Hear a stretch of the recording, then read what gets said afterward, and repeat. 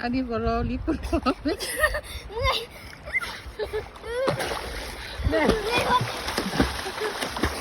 เอาไปเลยนะดูตีนรู้แล้วกระตำหน้าตีนมาห้ามีกระตำหน้านั่นแหละเพื่อนว่าเขาแบบเขานั่งสมาธิคือเขาดูมือน้ำนั่งสมาธิดูน้ำเพื่อพี่หน้าแล้วตีนแกงมาอยู่พูดอันทอนดุดพูด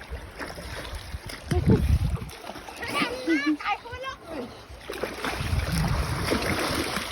ไม่ใช่ช่องคนก็เอาไปอยู่แหละนุ๊กเป็นหายนะเอาว่ายพอประคองมือเพื่อนเรื่องทำไมจะเข้าลึกหินนะลมนั่งลูกนี่เลยว่างน้อยนี่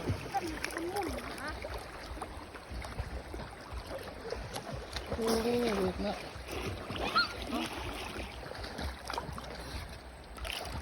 มันข้อลืมเลย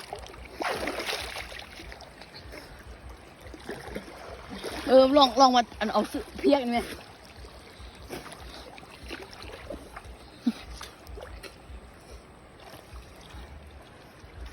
อันนี้แดดรถเมื่อยสุดเมื่อยสุด